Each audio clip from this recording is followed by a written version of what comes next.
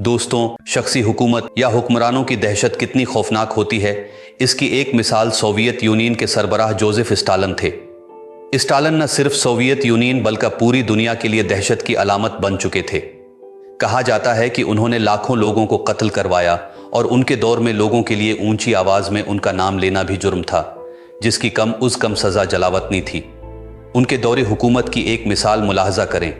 एक बार Stalin Moscow के एक बड़े थिएटर में ड्रामा देखने गए। ड्रामा खत्म होने के बाद कास्ट स्टेज पर आई।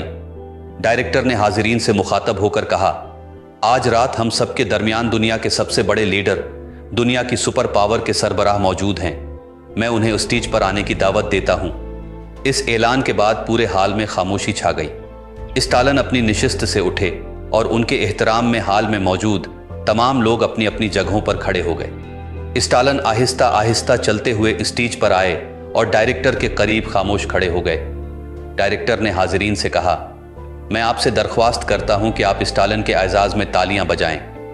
डायरेक्टर की दरख्वास्त के साथ ही पूरे हाल में तालियां बजने लगें और स्टालिन तमाशाइयों को खामोशी से देखते रहे। 1 मिनट तक तालियां बजती रहें, फिर दूसरा मिनट शुरू हुआ।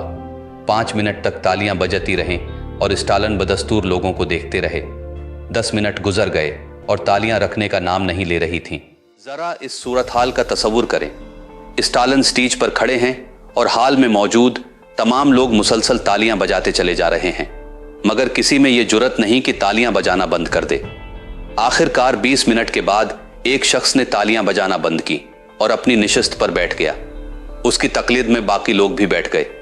इसके फौरन बाद स्टालिन ने उस शख्स की तरफ देखा और स्टेज से उतर गए। कुछ देर बाद के जीबी के अहलकारों ने उस शख्स को गिरफ्तार कर लिया और उसे साइबेरिया भेज दिया। यहां सवाल यह पैदा होता है कि उस शख्स का जुर्म क्या था।